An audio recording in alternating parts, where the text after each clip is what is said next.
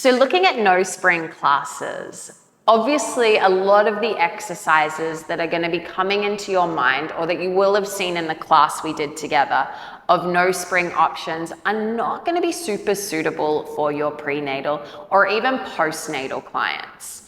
Now, that doesn't mean if you have a prenatal client come into the room and you have that no spring advanced series kind of prepped, you don't have to throw that whole class plan away.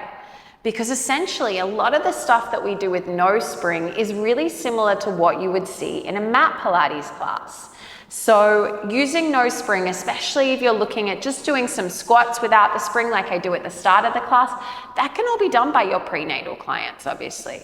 Now, when we come towards the supine stuff, just as you would do in a regular class if you had a long supine series with your prenatal clients, you could give them a wedge, you could give them blocks to elevate their upper body, you could give them a bolster if they had it, whatever you've got available to elevate their heart above their pelvis. It's all the same principles as we would do in any class when we have a prenatal. And then you're just going to be working without those deep abdominal flexions and maybe avoiding those double leg extensions and that type of thing. The beautiful thing about this machine as well is if you take all the springs off, you can push the carriage all the way back and almost make a stable platform. So if they had their hands here, their feet on the ground, they could do quite a nice like kind of flowing plank series that works really well without having to use too much core strength.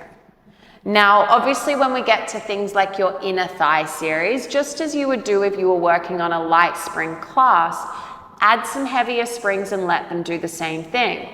In my class, I have your foot in the spring well, which if you add a spring, doesn't always feel super comfortable, so just shift their foot to the other side. So really, the same principles that you would be looking at when you are doing your regular classes and spinning them to have a pre and postnatal support, same thing is going to go for your no spring classes. So when we're looking at no spring, a couple of reasons it's not going to be suitable for your prenatal. The instability isn't something we don't want to let our prenatal clients be unstable. We want them to have a really supportive base of support. Obviously, avoiding any really light spring core work or inner thigh work is going to be super important for them. And some of the moves that we put into our no spring classes just aren't really beneficial for your pre and postnatal clients. So thinking when they're coming into class of what does their body need right now? And it's as simple as that. A lot of this can be a discussion quickly before the class starts or just quickly changing springs for them during the class. And then giving it a little bit more of that mat Pilates spin when they are in the class with pre and postnatal safe modifications.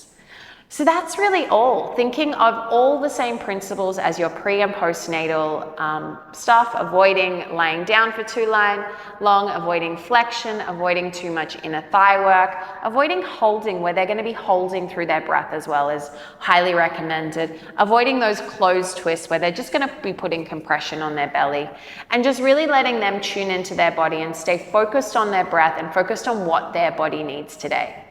And that's it. That's how you can cater your pre and postnatal clients into your no spring classes.